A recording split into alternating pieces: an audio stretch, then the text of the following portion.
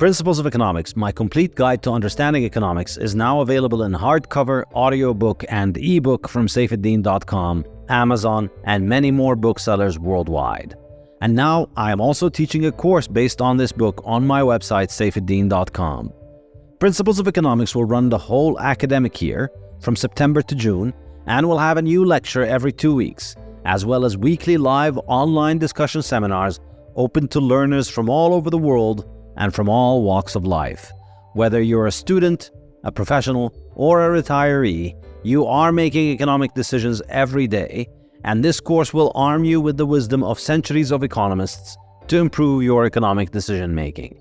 You'll also get a free book of Principles of Economics if you sign up for the course.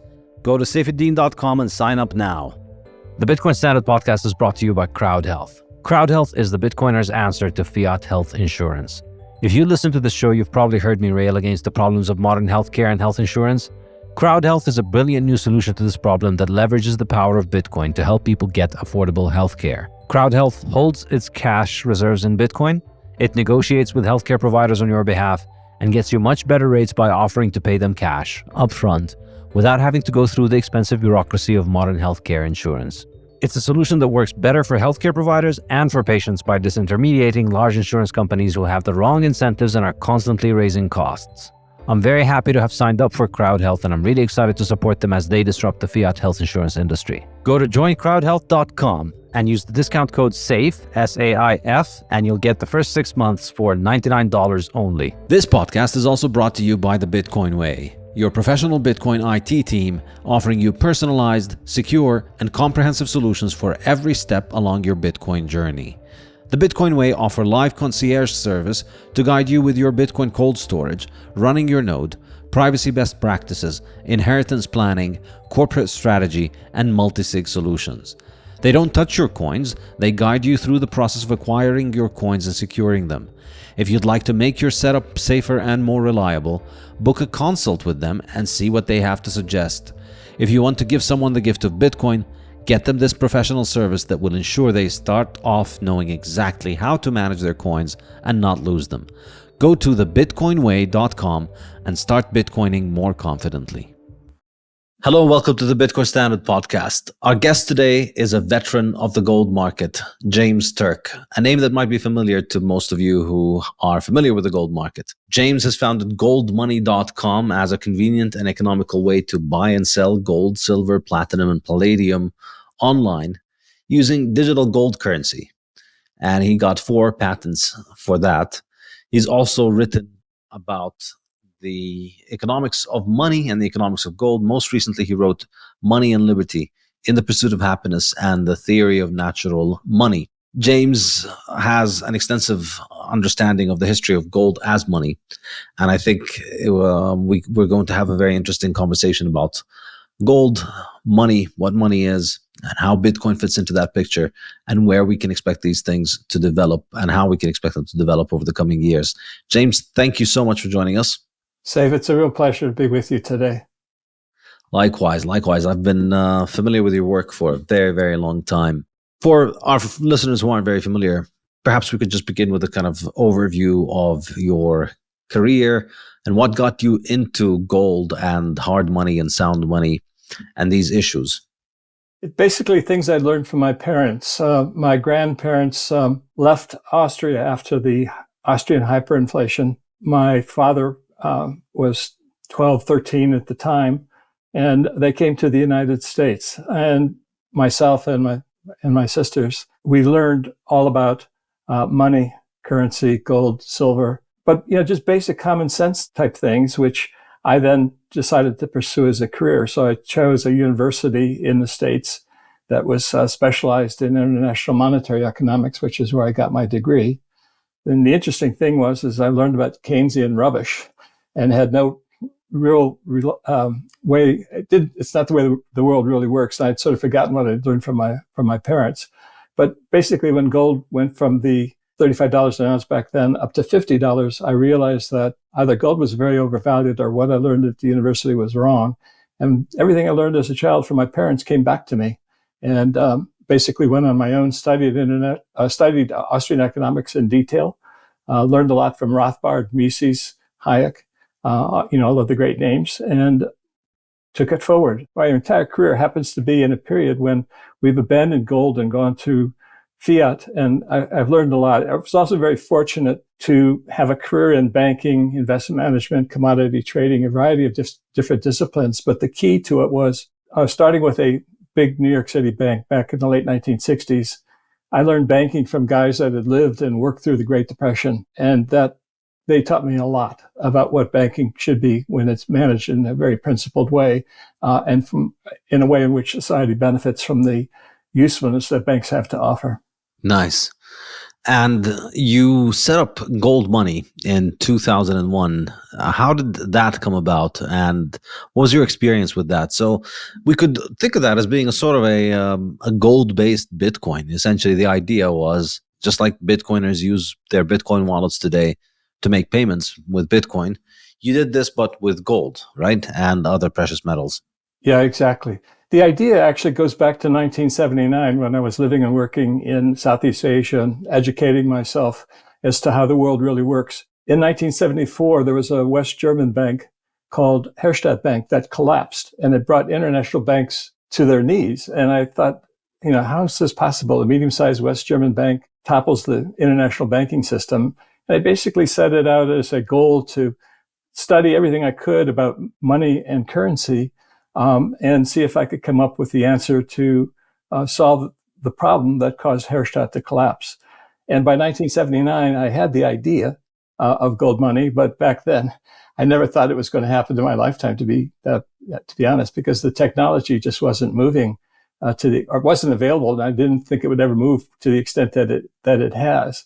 But by the late 1980s, I realized that the technology was indeed moving more quickly than previously thought possible. And in 1992, in order to carve out some intellectual property, hired a patent attorney and described to him, what I envisioned in terms of digital gold currency. And we filed a patent application in January of 1993, and that was well before the internet. I even knew about it, that it existed. It was just simply in my mind that currency was going to evolve in such a way that would take it to a new level from what it had been previously.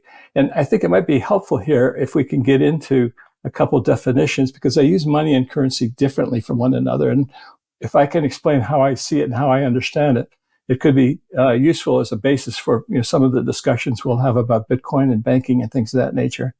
But in my view, money is the same today as it was 1,000, 2,000, 5,000 years ago. It has four functions. It doesn't have just three. We use the three functions, and school books talk about Aristotle being the first to explain the three functions of money as a unit of account, means of payment, and a store of value. But there's actually a fourth function, and that's to conclude a payment or to make a payment, to transfer purchasing power from the payee to the payee without risk. And that's an important distinction that's been ignored ever since over 100 years, since we've abandoned gold. Because when you use a tangible asset in commerce, you're actually extinguishing the payment at the moment that the good and service exchanges with gold or silver too, for that matter, as a gold substitute. So, for example, if I go into a store and I put a gold coin on the counter to buy a quantity of something or another, the storekeeper gets the gold, I get the good that I'm purchasing, and there's no lingering obligation. The exchange is immediate. The shopkeeper receives his purchasing power in the gold. I receive the goods and services. Any other type of currency, any other money substitute that's used, it's a lingering obligation that has to go through the settlement process. Banks have to bring their balance sheets back into balance. And that's a key element here, because what we're talking about when we speak of currency, we're talking about bank liabilities. The word currency only came into existence in the 17th century. Back prior to that, there was only gold and silver coin, and it was circulating as money in the environment. But after the development of banking in London in the late 1600s, and particularly with the institutionalization of currency through the Bank of England, that currency became a term that was used, because people back then, when they deposited their coins in the bank, they got something in return, a piece of paper. They knew that piece of paper wasn't money, so they came up with the term currency, which is basic Latin for the currency current in a river, something that's moving from place to place. So I always distinguish between money on the one hand and currency on the other. And it's relevant to our Bitcoin discussion because Bitcoin isn't crypto money, it's cryptocurrency. Yeah, that's an interesting perspective here. So why would you say then that Bitcoin is not money but currency? Because, or before, let me motivate that question from where I see it. So from my perspective, I agree with you in the distinction that you make between currency and money, in that the currency was usually a term that was used to refer to something that was redeemable for money. It was not the money itself, but it was something redeemable for money that was made in a way to standardize and facilitate the movement of money. So in the context in which money is no longer backed by gold, such as the situation is right now with dollars, so for the past 50 years, where there isn't even any kind of even nominal link between the currency and gold, the distinction is really moot at that point, because what people refer to as currency is money itself. It's not money because it's backed by gold. It's money because it's just being used as money. So in that sense, I don't see this distinction to be extremely relevant right now.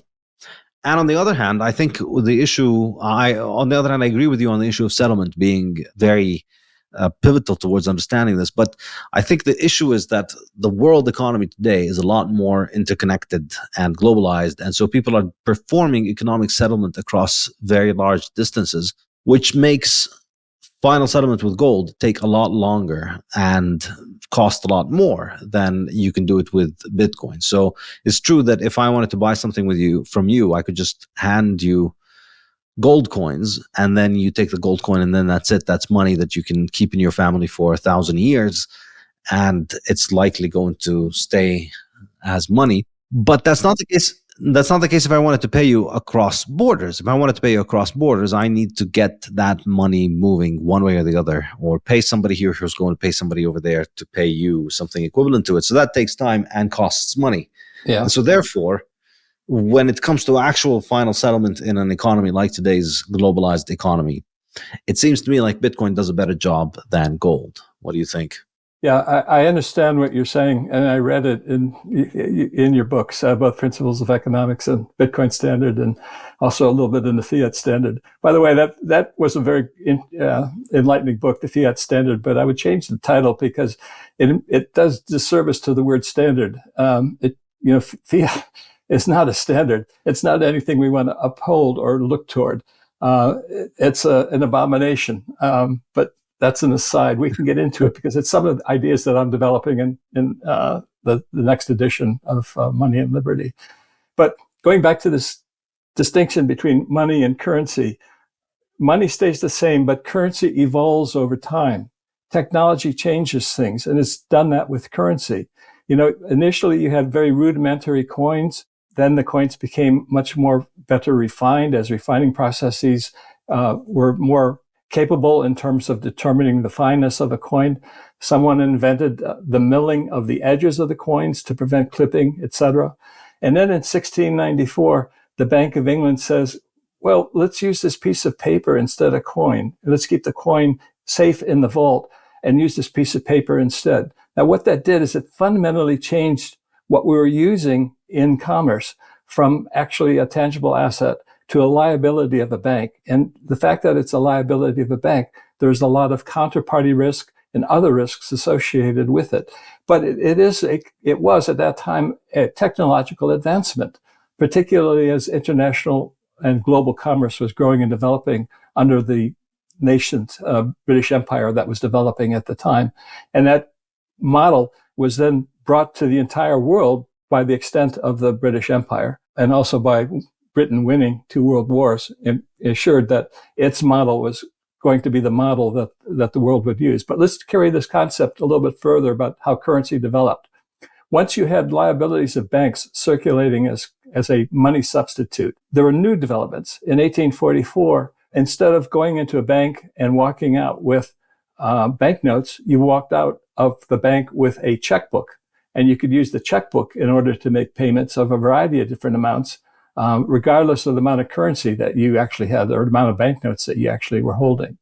Then along came wire transfers. Then after that came plastic cards as a means of circulating these bank liabilities for use in commerce.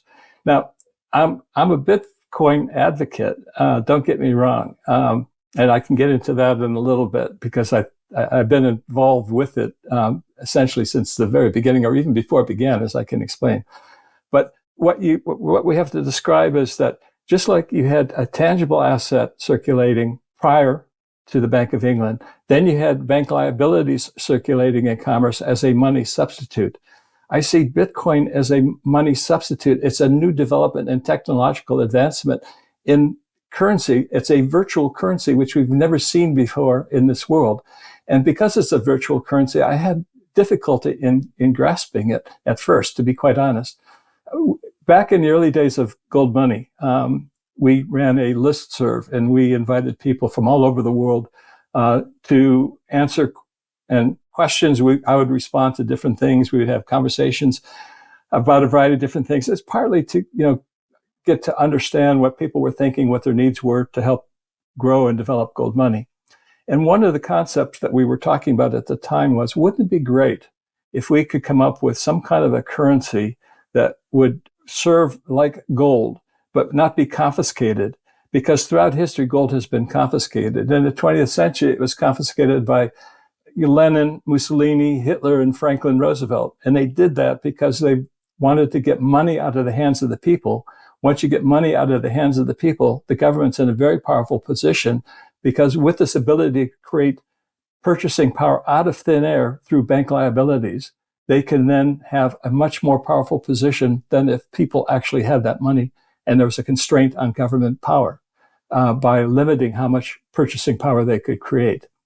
So anyway, we had these discussions, and I don't know if Satoshi Nakamoto was one of the many people that were in that group, but coming up with the idea or discussing the idea of having something that could not be confiscated for use of purchasing power was a topic. And everything that he developed in his white paper in 2008 basically solved the discussions that we had, a few years prior. It took me a while at first to understand exactly what was happening. I read the white paper. I was there when the first slice of pizza was bought for something like 7,000 Bitcoin or whatever it was back in 2009, I guess it was. 10,000. 10,000? Was it? Okay. Yeah. And so I could have bought, thousands and thousands of Bitcoin for, 15, 20 cents, whatever, or even $1. Finally, when Bitcoin got up to $100 a coin, I realized by that time that this was useful and it has a place. And therefore, I'm not surprised to see that Bitcoin has done as well as it has. And I've been a believer that eventually, and I've been saying this for quite some time, that eventually Bitcoin is going to go over 100,000 per coin. But I think now it's probably going to go even further simply because of the problems that are developing with fiat currency. But the point is that by looking at the market cap of Bitcoin compared to the total quantity of M3 of the various fiat currencies around the world, it's just a very, very small fraction of people are putting some of their purchasing power in Bitcoin. I like to use the expression of Max Kaiser that Bitcoin has no top because the dollar has no bottom. And the way it's going now is we can see the dollar has no bottom because they're just printing currency left and right. And when you're printing currency left and right like that, you're ultimately leading to a debasement of the currency. And that's an unfortunate circumstance, but that seems to be the way we're heading. So just to sort of summarize this discussion about Bitcoin and my views on it, I am a Bitcoin advocate, but the way I see it is that Bitcoin and gold are on the same side of the fight. We're fighting for liberty, we're fighting for private property, and we're fighting the fiat fascist monster that exists out there in various governments around the world. So Bitcoin and gold really are complementary to one another as well, because the strengths in gold, that it's tangible, are the weaknesses in Bitcoin, that it's not tangible. But the strengths in Bitcoin, that it isn't confiscatable based on current technology, whereas gold can be confiscated. So the two really should be an important part of everyone's portfolio because they serve a complementary role in relation to each other. So Bitcoin is in my mind, a tool that is useful, and that's why it has value. Anything that has a price to it has value because it's useful to someone. And I think Bitcoin is going to become increasingly useful as fiat currencies eventually collapse, which is what I've been expecting for many, many years, but was, first, I think, described by me in my book that I co-wrote with John Rubino back in 2004, The Coming Collapse of the Dollar. Yeah. So a couple of things I wanted to ask you about. I guess I'll stick to Bitcoin and then I'll come to the issue of the collapse a little bit later. But okay. Going back to Bitcoin, you said that you think Bitcoin is not really money, it's a money substitute. Yes. Why would you say that is the case? What makes it a money substitute? It doesn't have counterparty risk like a bank liability type currency. Banknotes are money on deposit in a bank account. But it does have a reliability on other things beyond the immediate situation in which it's used as a means of exchange. So, for example, it depends on the internet and it depends on electricity and those types of things. So, this is the unique element of virtual currency, and what makes it difficult for people to get their hands around it and to understand it. But it comes down to basically, would you rather put your faith in math or politicians? Because politicians control fiat currency, math controls Bitcoin. And as long as the technology is not available to overcome the maths in Bitcoin, Bitcoin will continue to serve a useful role in preserving purchasing power, perhaps even enhancing purchasing power if more and more people end up using it. Whether it will serve as a reliable currency is a whole nother discussion, and there's no easy answers to that. But if fiat currencies do collapse, which is what I expect, I'm sure that Bitcoin will be used more frequently in commerce as a payment mechanism than it is now. It's viewed now more like a speculative element rather than a international global currency. But I think that role will change as fiat currencies collapse, and if governments end up trying to confiscate, gold again, which is just looking at history, it's a lesson we have to learn and always something we have to keep in mind. Yeah, I'm still not sure that I agree that you could call it a money substitute, because for me, what makes something a money substitute is that it is not money in itself. In other words, it's valued because of its relation to money in some way or the other, that it's a credit liability for money or that it is a receipt for money. But Bitcoin is not a substitute in any sense for anything. It's not backed by anything. It's not redeemable for anything. And therefore, for me, it is the money in itself. And I think that there's nothing about economics that necessitates that one particular thing needs to be money. All kinds of things can acquire money, and it's a functional term. It just means, the way that I understand it from the Austrian perspective, this is what Rothbard and Mises would say, is that a medium of exchange is a clear definition. We know what a medium of exchange is. A medium of exchange is something that people acquire in order to exchange it for something else.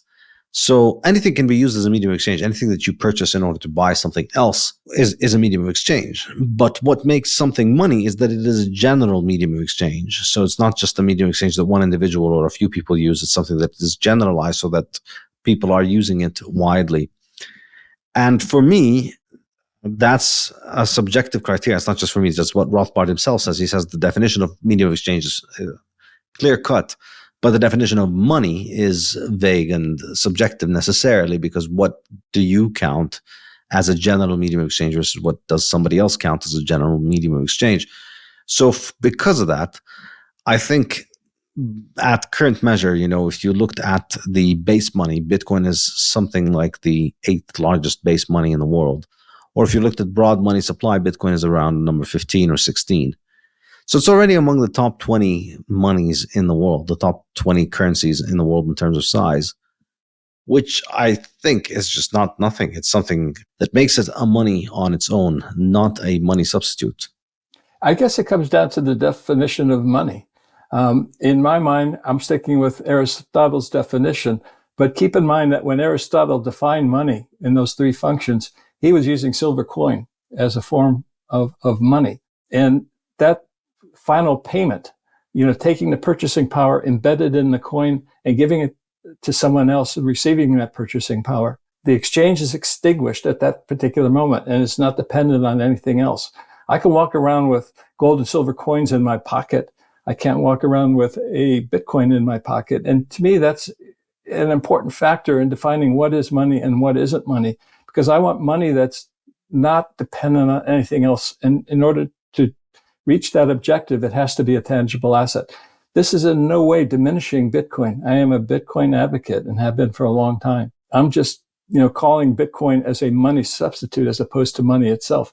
With regard to the Austrian definition of money, remember, these guys who wrote, the great minds, Mises, who was the 20th century's greatest economist, Rothbard, the internet didn't exist when these guys were writing. They couldn't conceive of virtual currency.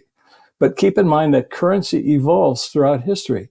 And it's evolved again from bank liabilities to this virtual element. That, in my mind, is an important technological advancement. Now, I use the term virtual because it's different. When we use the term digital, a lot of people get confused by that. But that's just a means of conveying something. You can have digital fiat currencies. You can have digital gold. By the way, I should probably address that point because, how does digital gold serve as money? Well, the gold stays in the vault, and the payer clicks a weight of gold from his holding, which is not a bank liability or anything, that it's gold sitting in a vault under custodial arrangements. He clicks it from his holding to the holding of the payee. And so you're basically moving gold digitally, instantaneously. And to address your point about moving things around in global commerce, you can do it 24/7 through a mobile phone. And that's what we used to do in gold money. But governments are very, very adamant about defending their position and making life difficult for competitors. So we very quickly shifted away from using gold as a means of payment in commerce and using gold as a means of savings to protect your purchasing power, because it doesn't make sense to save fiat currency anymore because of the debasement rates at which fiat currencies are losing purchasing power. Yeah, so I'm glad you brought up gold money, because this comes back to it. In a sense, yes, there is that element of it's something that you carry in your pocket, but you can also carry your Bitcoin private keys in your pocket. And the physical aspect of Bitcoin can be made to happen. You can generate private keys offline, completely separate from the internet, and then hold them in a physical form in a very secure way that is very similar to gold. And in effect, possession of these keys, these private keys, is very similar to possessing a bar of gold. So I think I understand that. In fact, a friend of mine actually printed some coins up with private keys, with keys on them, for use, just to prove the point that you can make it tangible. But there is no long history of people using that like there is with gold or silver. If I used a coin like that at a shop with a Bitcoin key on it, nobody would accept it. But if I use a gold coin or a silver coin, people would probably accept it. This is something I learned long ago when I was in Thailand. One of my first international assignments when I was working for a big bank. I could go up country and I could use a silver coin and purchase food, even though that was not necessarily the currency of the country or the currency wasn't in circulation. There's a market out there for gold and silver, more so in maybe underdeveloped countries than there is at developed countries at the moment. But that's a weakness of developed countries, that people have come to lack the understanding as to what gold or silver really represent. And I see silver as a gold substitute rather than money in its own right, although it can serve as the functions of money. But gold is really the key money. And that gets back to my theory of natural money and how gold became that role and why it preserves purchasing power over long periods of time. The syllabus for my new online economics course, Principles of Economics, is now available on Saifedean.com. The course will take place over 18 lectures, each based on one chapter from my new book, Principles of Economics, which will be available for free as an ebook for everyone registering for the course. Lectures will be released once every 2 weeks on Mondays, starting on the 25th of September 2023, and will be available in video and audio format. Live discussion seminars will be held once a week on Thursdays at alternating time slots, 12 hours apart, to ensure learners can attend from all over the world. I'm happy to announce that I have set up my new publishing house and online bookstore, The Safe House, which will be publishing and delivering the best Bitcoin and Austrian economics books worldwide in hardcover, audiobook, and ebook formats. Go to thesafehouse.com to buy my latest book, Principles of Economics, as well as the Fiat Standard and the Bitcoin Standard. And now I'm also publishing Fiat Food, Matthew Lysiak's amazing investigation into how inflation ruined our diet and health. And I'm also publishing Lynn Alden's Broken Money, her masterful exploration of the failures of the global financial system and how Bitcoin fixes it.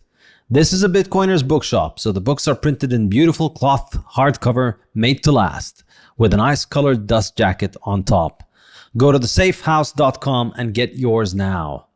Yeah, I mean, ultimately, when you're thinking about something being used as money, I think we could get stuck too much in the physical conception of trade, which happened before the internet and before communication, in which you traded with people in person. And in that world, the physical aspect and the finality of gold and silver is something worthwhile. But now that the vast majority of your trading or all of the things that you consume, they come from all over the world. The whole world economy is very interconnected, requiring payments to travel around the world at a very high speed.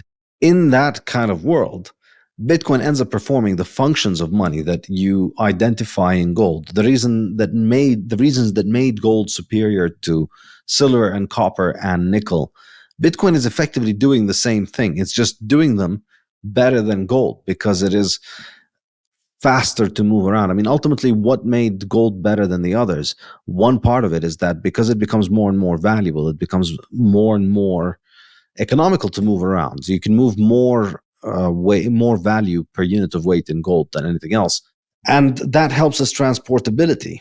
And Bitcoin is essentially a massive improvement in that because you could send $1 billion worth of Bitcoin across the world you could take a few hours if you wanted to really secure it with several confirmations.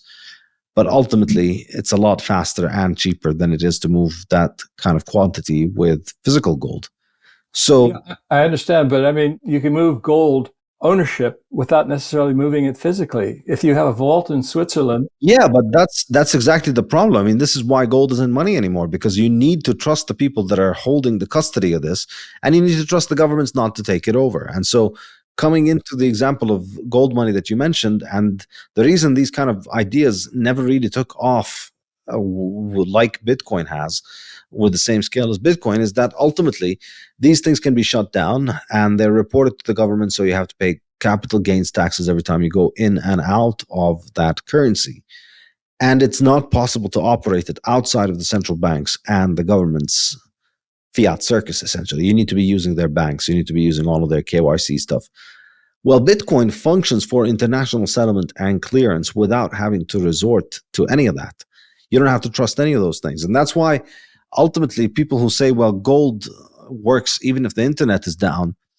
In today's world, Bitcoin works better if the internet is down than gold does. Because as you said, gold needs to be put in a vault and then you're going to be trading certain weights and moving them around. Well, you need databases for that, and you need people to manage those databases, and you need to have a process of moving the physical gold in and out. And that's going to be expensive, and that's going to be reliant on modern infrastructure and modern information technology, and it's going to be reliant on the internet. And so your internet is going to your gold money is going to break down, I think, long before Bitcoin breaks down as a form of money, if there is a problem with the internet, because Bitcoin ultimately, anybody who shows up can just move their coins and upgrade the ledger and add another block. And even in the case of a massive shutdown in the internet that is coordinated all across the world, ultimately, as long as any computers can go back and find the hashing and start solving, the chain will live on. You may be able to kill it for a few weeks or a few months, but then when it goes back online, I mean, I don't think it could reach months, but even in kind of the worst case scenario, you still have the record of Bitcoins still there, existing over tens of thousands, maybe hundreds of thousands of computers all over the world. And so therefore, it is more robust and more resilient as a way of performing modern functions of money than gold, because modern money requires being fast to move around. And to do that with gold, you need physical institutions and physical technology. Yeah, I understand what you're saying, and I don't disagree with any of that. But you're taking much more of a long-term view, whereas I'm taking much more of a short-term view with regard to the creation of Bitcoin. In other words, people want to protect private property. They want to protect their wealth, and they come up with creative ways to do that. Some of those ways are just minor, events, people storing some gold or silver coins in their basement or something like that. But, what Satoshi's done is he's created a whole new type of currency in response to increasingly fascist governments around the world. Now, in a world with no rule of law, or where governments believe people are the property of the government, which is not the way America was founded and is, against the principles of the Age of Enlightenment and representative democracy. But, a lot of those principles are being eroded in recent environment. So in that sense, it's not surprising, that someone came up with the idea of Bitcoin. And it's very consistent with, how money and currency have developed throughout history.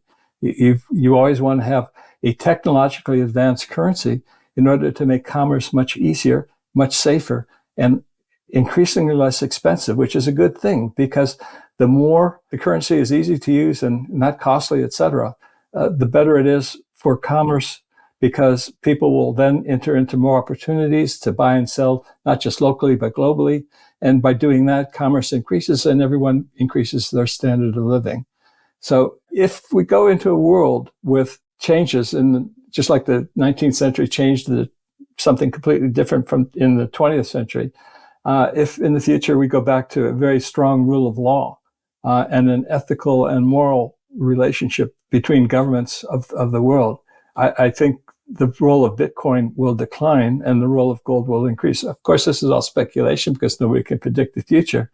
But I am looking at the fact that, gold has been around for 5,000 years, been through world wars, been through famines, catastrophes of one sort or another. And it always comes up out of the other side of the valley, doing the same thing it did, throughout history. And so I expect Bitcoin to be, within the long-term scope of things, a stepping stone to something better. And that stepping stone will lead to gold. And how that gold will circulate at some point in time in the future, I have no idea. But I strongly believe that gold will play a role at the center of global commerce, which is its rightful and traditional role. And by abandoning it, led to the creation of Bitcoin. It also led to all of the problems that we're seeing around the world today in terms of environmental degradation and things of that nature. It's interesting in my mind that when Satoshi invented Bitcoin, he used gold as a model. I think that says a lot in terms of gold's inherent strengths, its likely staying power as we go into the future, regardless how technology develops. Bitcoin in its present form is almost like some of those early rudimentary type coins. It's going to get better in the future. It's inevitable. Speeds of transactions will improve. Ease of convenience will improve. We're not there yet. It's still early days. But that's part of the reason why I think Bitcoin is eventually going to go over $100,000 a coin. Just a matter of time. Yeah, I mean, I obviously disagree with a lot of what you said here. I still think I agree. To be clear, in the Fiat Standard, at the end of the Fiat Standard, and in the Bitcoin Standard, I also say that the best way to kill Bitcoin would be to go on a gold standard. I think that would be the most effective way of attacking a Bitcoin, because all of the other attacks that people think of as ways of going after Bitcoin are essentially playing to Bitcoin's advantage, because they're basically saying that these things you should get away from Bitcoin. You should not use your money in Bitcoin. And that's just highlighting to people the case for Bitcoin, which is that the government controls your money. Whereas if we go back to a gold standard, which they can't print, which they find much harder to censor, and which they can't use to finance themselves, well, the incentive to find something like Bitcoin reduces and drops enormously. Having said that, we are nowhere near going to live in a world in which we have any kind of semblance of fiscal responsibility, I think. So for me, that suggests that Bitcoin is not going away effectively because governments are going to continue to provide excellent marketing for Bitcoin's use case. And I think ultimately, though, because of the world becoming more and more digitally interconnected, and because of so much more of the world economy being informational now, and so much more of the world's economic production taking place in a way that transcends government borders, which moves value across international borders in a way with which fiat money and gold can't keep up, a digital form of money is good on its own, even in the absence of government coercion. In other words, there's going to still be value, even if we move on to a perfect gold standard and we have perfectly responsible governments and you have complete financial freedom and complete financial privacy and government doesn't interfere in any of that stuff. Even in that kind of world, there is an enormous advantage to being able to resort to a form of money where final settlement happens completely online rather than having to move physical bars of yellow metal across international borders and then have to melt them down, because that's the only way that you can verify that the gold bar is not adulterated, is to melt it down, which is an expensive and time-consuming process. And essentially, Bitcoin does the same thing using software. And so it's a much cheaper, much faster, much more efficient way of doing it. And that's why, in my opinion, I think it's effectively demonetizing gold. And I think I would go even further and say silver has been getting demonetized continuously since 1870, since Germany switched from a silver standard to a gold standard. And that was really, I think, the turning point, because before that, most of the world's major economies were on a gold standard. Germany and a few others were on silver, but Germany was the biggest of the silver countries. And when it switched to gold, silver's been in decline ever since. So at that point, it was 14 ounces of silver for 1 ounce of gold, and today it's closer to 100 or something like that. Yeah, 16. The U.S. was on a silver standard until 1900 when they switched to a gold standard. And this actually gets back to the history of the dollar and how it came about, which we could talk about if you would like, because it does relate to what's going on in the States today in terms of moving further and further away from the requirements of the American Constitution. And essentially, we have an unconstitutional monetary system operating in the United States today. But just maybe to wrap up on this Bitcoin discussion before we move on, I don't disagree with basically anything you're saying, and I think we agree with a lot more than where we have disagreements. I think the disagreements relate to how things are going to evolve in the future, rather than where we are today. But we don't know how things are going to evolve. But that's why I say we should be looking at Bitcoin and gold as being on the same side as in the fight against increasingly government regimentation and control and the erosion of personal freedom and private property, and doing what you want with your property. We're fighting the same enemy, and which one emerges as the major player in the future, I don't know. But what you have to do is own both, just in case, because we don't know which one's going to come out on top. Maybe they both will survive, but you never know. You want to own both in order to have that diversification in your portfolio to protect your purchasing power. Yeah, I mean, I think, in that sense, there is a case to be made in that case, but I still think would you say the same about copper? Would you buy copper? I don't own any copper, but basically anything useful that you see as useful and tangible is what you should be owning at the moment. There's too much purchasing power floating out there that's dependent upon counterparty risk. And in a financial collapse, people move that purchasing power into tangible things or near tangibles, which are basically stocks of companies that own tangibles and have very little fiat currency themselves. It's a question of protecting your wealth. And there are two different things you have to protect. You have to protect the assets that are useful in their own right, like your home, which provides shelter, or other assets which provide an investment income, as opposed to your liquidity. So when you're looking at a portfolio, you have investments and you have liquidity, gold, Bitcoin, and if you want some fiat currencies as well for day-to-day spending, they go in the liquidity part of your portfolio. You have to look at the counterparty risks associated with everything that you own, because everything today is much more unstable than it has been in the past. And ultimately, that's basically because of what governments have done to currency. I very much like Murray Rothbard's book, What Has Government Done to Our Money? They basically turned everything upside down and made a mess of it. Absolutely. Yeah, I think that's a great book. It's one of the first books that I read for Rothbard. I highly recommend it. It's a very brief book, but it's very powerful at getting into the heart of the problem with government control of money. Yeah, and bank liability circulating as currency, because fundamentally that's the issue. If you can create purchasing power out of thin air, which is what governments do, what banks do for governments, you're in a very powerful position, because that purchasing power, gives you real power in terms of how you can use it and spend it. In addition, you have what's called the Cantillon effect. The people who receive that purchasing power first maximize the purchasing power of it before the market realizes that the currency's been debased and the purchasing power is eroded, down the line because of a debasement or inflation, or what we call inflation. Yeah. Let's switch to talking more about your book and your theory of natural money, as you call it. Can you give us a summary of that, and what is it that makes gold natural money in your mind?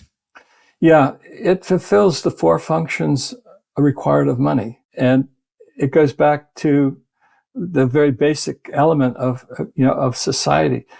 When we're talking about natural money, let me put it within the context of what people call the social contract. We live within an environment where we have a relationship with authorities. It's changed and evolved over time. Typically, the social contract starts out in a way that's mutually beneficial. So, for example, feudalism, when it began, was mutually beneficial. The serf exchanged his labor for the protection that the lord of the manor would have, because he could go in a castle during a time of war or anything like that. But in exchange, the lord of the manor got the labor of the serf. Over time, that social contract evolved and it became abusive, and the serfs no longer wanted to maintain that feudalistic period. And we evolved then into divine right of kings. The divine right of kings eventually led to the Age of Enlightenment and representative democracy. So I'm talking about, the 18th century writers like, Thomas Jefferson, the framers of the American Constitution, John Locke, a lot of Scottish philosophers at the time, a lot of the centered in the UK. That Age of Enlightenment was bringing something new to the scene. The divine right of kings was finished in the UK specifically with the Glorious Revolution in 1688, and the role of representative democracy through Parliament continued to grow. But we're reaching a stage now that people are no longer in control of their government. And I think the social contract is again evolving, and I have no idea what it's going to evolve to. Hopefully it will go back to the standards that were established under the Age of Enlightenment. But the reason why individuals no longer have control of the government is that, talking specifically about the American government, but it applies to other places as well. Washington, D.C. is captured. It's captured by vested interests. These are billionaires, their corporations, and everyone who spends millions and millions, billions and billions of dollars, getting regulations and things favorable to themselves. And the people that suffer are the people that have to fulfill those regulations or have their standard of living diminished by things like inflation. When the American Constitution was formed after the War of Independence, there were three basic principles in it. One was a common defense.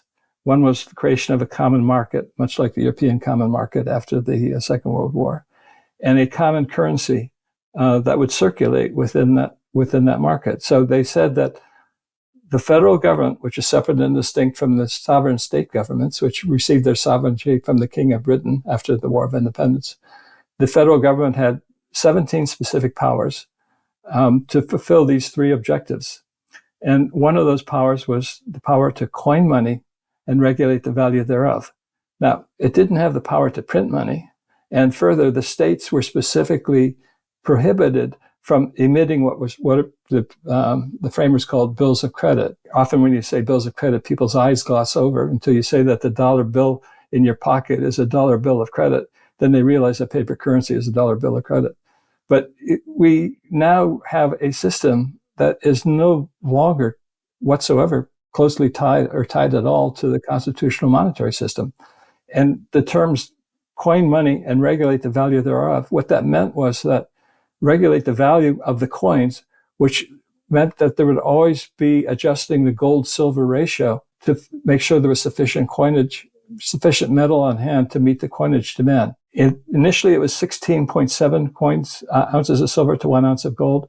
Then in 1837, they adjusted it to the more famous 16 to 1, which we were referring to before. And that remained until 1900, when the government decided to switch from a silver standard to a gold standard. And that existed until 1933, when Roosevelt confiscated the gold, took the gold out of the hands of the people, just like the fascists in Europe took the gold out of the hands of the people. Because if you have the ability to create purchasing power without any discipline, like the discipline that was imposed by the gold standard, you have a lot of power. And it's not surprising that governments have become increasingly powerful, but they've reached a stage now where they're borrowing so much, printing so much currency, spending so much of that newly created, what I call in the book, phantom purchasing power, as opposed to earned purchasing power, where you work and generate something useful in order to create something that provides purchasing power for you to fulfill your needs and wants. The system as it exists today has become so abusive, just like feudalism ended. The system of bank liabilities circulating as currency is coming to an end.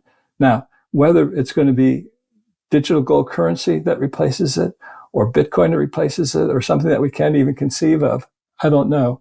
When it's going to happen, I don't know. But the system has become abusive, and it is going to change. Just one other thing that I like to use as an example to sort of illustrate the point. If you follow the concepts of individual liberty as expressed so clearly by the writers of the Age of Enlightenment, and if you visualize it as a waterfall, at the top of the waterfall is the individual, and he has certain inalienable rights, life, liberty, and pursuit of happiness, of which private property is one of those pursuits of happiness. Privacy is another pursuit of happiness. All of those things are within the pursuit of happiness, but you're at the top of the waterfall with these inalienable rights. In the United States, what happened was individuals then delegated to the states a number of powers, and then the states delegated 17 specific powers to the federal government to create those three objectives that they wanted to accomplish. What's happened now is that waterfall has been turned upside down. The individual's at the bottom of the waterfall and the federal government is at the top. That's not the way it's supposed to work. That's why the social contract has been eroding at its very core, its very center. And you're seeing that today in terms of the political divide, what's called the cultural wars. When I grew up in when I was growing up in the 1950s, the way it used to work was that you could think your neighbor was crazy and your neighbor could think you were crazy, but you respected everybody else's position because you had a common rule of law. Everybody knew that their property was safe and sacrosanct. That's all changed. It started changing with political correctness, and it's become even worse now with some of these woke ideas that are going around the world. I mean, we've lost common sense pretty much so many places that it's sort of hard to name all of them. But essentially what I'm basically saying is that we're reaching a stage, and we're seeing it in the monetary system, because money is the core element that enables us to interact harmoniously with one another and improve our situation, what Adam Smith called the invisible hand. We enter into transactions in order to be better off. And as long as there's no fraud or deception in that transaction, everybody benefits from a transaction. You don't enter into a transaction unless you think you're going to be better off. And that's the essence of society. And in order for that to happen, you need what's often called sound money, but I just say money. Saying sound money is sort of like saying wet water in terms of the way I see it. Money is money, and water is water. You don't need the adjective to describe it once you truly understand what money is. Yeah, well, I mean, I'm gonna go back and still make the case that I think ultimately there is a case to be made that gold is being demonetized. So earlier I asked you if you think that copper, there's a point in buying copper, but I mean, perhaps you can speculate on copper as a product in a market, so you buy and you sell copper, but ultimately it's not something that, unless you are in the business of copper, or it's something that where you have warehouses where you can take custody of large amounts of copper and then sell them, then really you're just joining one other table on the giant fiat casino where things are being gambled upon. Yeah. But copper is just it's so base as a metal that it's so cheap that it's, what is it, I think $30 a ton or something like that, that it makes no sense for an individual to just use it as a form of money. I think that's really the key thing. And there was a time when copper was money. There was a time in which gold coins and silver coins and copper coins circulated together. But now we don't do that anymore because copper has lost so much value that it doesn't make sense for anybody to use it as money. And I think we're seeing something similar happen with silver, because realistically, I mean, silver's price has been stable in this $20 to $25 range for God knows how long now, more than a decade, I think. And in this period, the dollar has gone down significantly. So when you compare the price of the dollar, or the value of the dollar, next to real estate, next to all kinds of other assets, you see the dollar is going down, and you see that there's an enormous amount of inflation taking place in today's world economy. So gold and silver are not even protecting you. So silver more obviously, but I think gold is also becoming similarly useless in fighting inflation. And so therefore, it's, I'd like to just be nice and say, yeah, we're all on the same team together, but there's a real opportunity cost. Every dollar you hold in gold is a dollar that you're not holding in Bitcoin, and Bitcoin is witnessing serious appreciation, whereas gold has been between 1,600 and 2,000 for the past, 12, 14, 15, 16 years now, something like that. And that means it's losing value. And I think that on its own means that it's losing its monetary role. Let me just say, against the British pound, for example, where I live, since 1971, gold is compounding a CAGR, compound annual growth rate, of 9%. Since 2000, it's got a CAGR of 9.5%. So you're not losing by gold. But let me just get to the point that you're saying about gold being demonetized. I sent you a chart of crude oil prices, going back to 1950. An ounce of gold today purchases the same amount of crude oil today. Actually, it purchases a little bit more than it did in 1950. It's doing what money's supposed to do. It's preserving purchasing power over long periods of time. But it isn't. Gold is not an investment. It's just a sterile asset. It doesn't create wealth. It only creates wealth if you invest it by spending it, giving it to someone else who takes that gold and develops a business or creates a product or something of that nature. But it's not an investment. It's money. And once you understand that it's money, you then can look at what makes it money. And this is where we get into, the theory of natural money. Why does gold preserve purchasing power in that way over 70 years? Why does a Colt 45 during the Wild West cost the same weight of gold as it does today?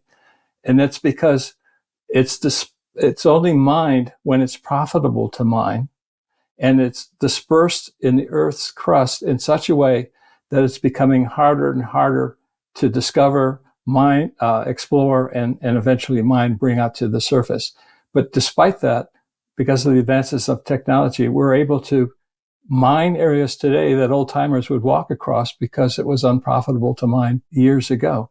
And so the question then becomes why does gold do this?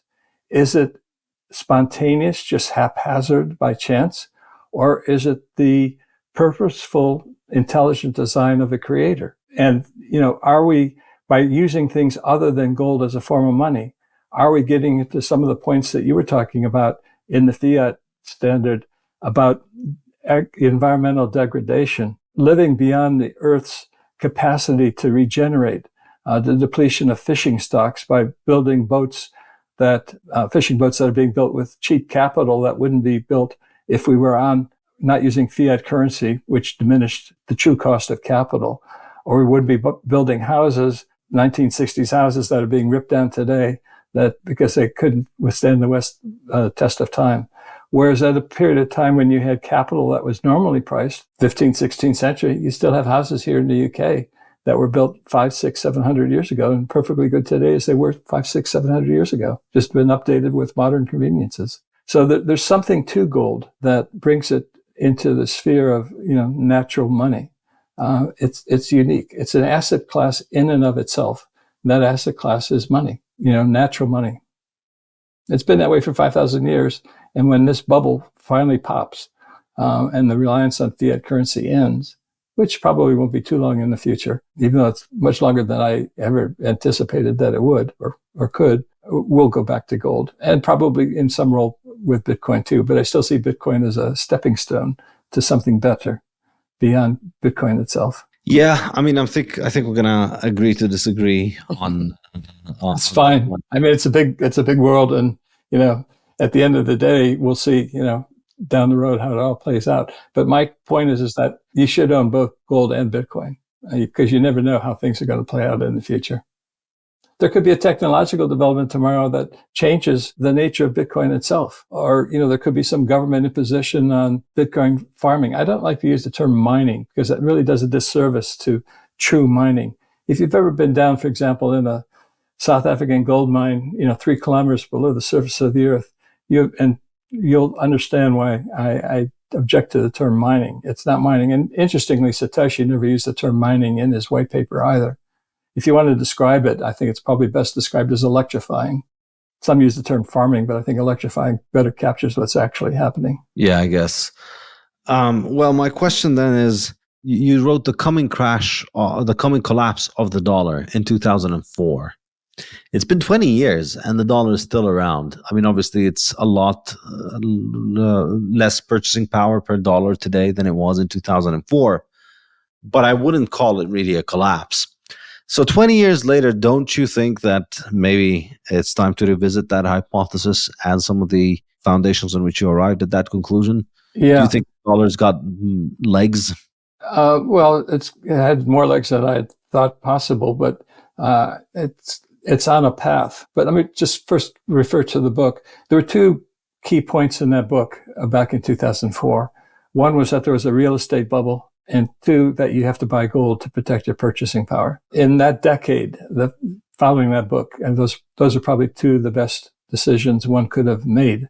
Avoid real estate and own gold, because gold back then was $300 an ounce, and it eventually moved up a lot from there. And we all know what happened in 2008 in terms of the real estate bubble.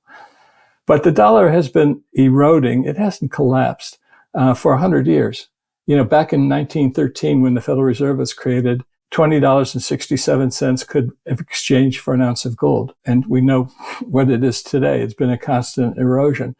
But if you look at history, it took over 100 years or so for the Roman coins to eventually collapse. They just eroded for 100 years. And then within a period of a decade or so, they just, totally collapsed because they become so debased, so inflated.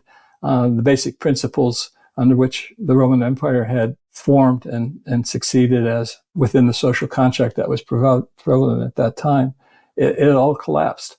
And I think the dollar is headed for a collapse. It's on a road. The road is not called the American way. The road is called dollar collapse because we've abandoned the principles of the Constitution. And the irony is that one of the reasons why the framers of the American Constitution put those monetary provisions in there is to avoid what happened with the Continental, which was the first currency of the country. It collapsed in hyperinflation in 1781 because of too much currency being printed during the War of Independence. So they wanted to form a more perfect union with monetary provisions that would prevent overissuance of that currency, overissuance of those bank liabilities circulating as currency. And it worked reasonably well for 170 years or whatever it was until the 1930s, particularly, but then the 1970s when we completely abandoned any pretense of being linked to gold, except that central banks still own gold on their balance sheet. And that, in my mind, is an important factor that could ultimately lead to the reestablishment of gold in some form backing national currencies, but it would have to be done at a price well in excess of like $10,000 an ounce in order to have any credibility, assuming all the gold is there. And there have been questions raised as to whether or not all of that gold is still in Fort Knox or whether some of it has been dissipated over the years. Yeah, I think here the difference in the case for gold and Bitcoin also becomes a little bit apparent in that with gold, there seems to be this requirement that governments are going to have to revalue gold and back their currencies by gold in order to protect their currencies from collapsing, because that's their only option left, because they continue to devalue their currencies. In other words, there's going to need to be license from government. Whereas with the case of Bitcoin, we don't need that. Or even in the case of gold, even if governments don't need to go on a gold standard, ultimately what they still need to do is allow for gold-based payments and gold-based banking, which I don't see them allowing, because the whole way that they have their fiat Ponzi operate is that they prevent gold. If they could let gold operate as money, it would have already displaced fiat. So for that, I think that's really the difference why I find that there is a lot more focus on this idea that there's going to be a collapse, that there's going to be a fall in the value of the dollar, and that gold is going to be necessary. Whereas in Bitcoin, there is a more of a positive narrative around it, or a more of a positive, I shouldn't say narrative as much as it is reality, in that, look, this is just faster, harder money. And so it's naturally going to continue to improve over time, in that it's going to gain more liquidity and it's going to increase in value. And the people who are going to use it are going to profit at the expense, not necessarily at the expense of everybody else, but at least at the expense of the governments that are able to benefit from inflation, because they won't be robbed by inflation anymore. So this really, this is why, again, to go back to your issue of natural money, if you think of the world today in terms of the digital world in which we live, I think this ends up being more important than all of the physical properties. In fact, the lack of the physical property ends up allowing Bitcoin to play the role of money in a way that's more efficient than gold. But as you said, it's a big world out there, so of course it's okay if we disagree. Yeah. I think, again, we agree more than we disagree, but just a couple points that what government should do is get out of the money business altogether and let private enterprises compete with one another in order to deliver the best product to the market, and let the market then choose which one they want. And if the market chooses one over the other, the people who back the winner benefit, just like that's the way a capitalist system is supposed to work. That's what, government should allow, free capitalism, competition. We're not there, of course. And whether we'll ever get there, one can only hope that we'll eventually go back to some kind of sane system. But only time will tell whether we actually move that way or not. But we shall see.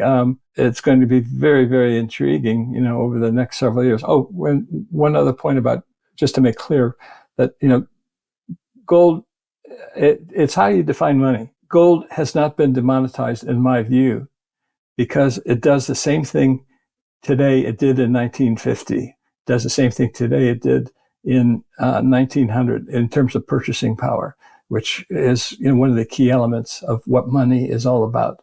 Even though it doesn't circulate as currency that much, it does circulate a lot, in the sense that people are moving in and out of fiat currency every day, every minute of the day. And that, in its sense, is a result of government imposition, that you need to deal with government approved currency when you're living within a country. And that's one of the beauties of Bitcoin. It's transnational, and that's the way gold should be. But, gold, because it is tangible, it has a history of being, confiscated. Its strength is also its weakness. Yeah, absolutely. Well, thank you so much for joining us. This has been extremely helpful. Could you let us know more about where people can find you online and what you're up to recently? Yeah, I'm on Twitter at FGMR, stands for Free Gold Money Report. And I also have a website. The URL is fgmr.com, where occasionally I will write. And then, of course, I have my latest book, which is Money and Liberty, which you referred to earlier. I'm 77 this year, so I'm not as active as I used to be. I don't travel to conferences anymore. But I still do interviews and write occasionally. Still very much an advocate for freedom and individual liberty, and whatever I can do to help move the people in that direction to better understand the system in which we live today, and to give them the idea that there's something much better out there. I'm always happy to be interviewed to discuss those concepts as well, beyond just gold, which is, I think, why we got into concepts beyond Bitcoin, beyond gold today. It is something that I think is very important, because I'm very concerned about where we are today in the world and what my children and my grandchildren are going to live like in the world to come. Indeed. Thank you so much for joining us again, and I hope we'll see you soon again. Cheers. Thanks, Saif. Anytime. Have a good day. You too. Bye-bye.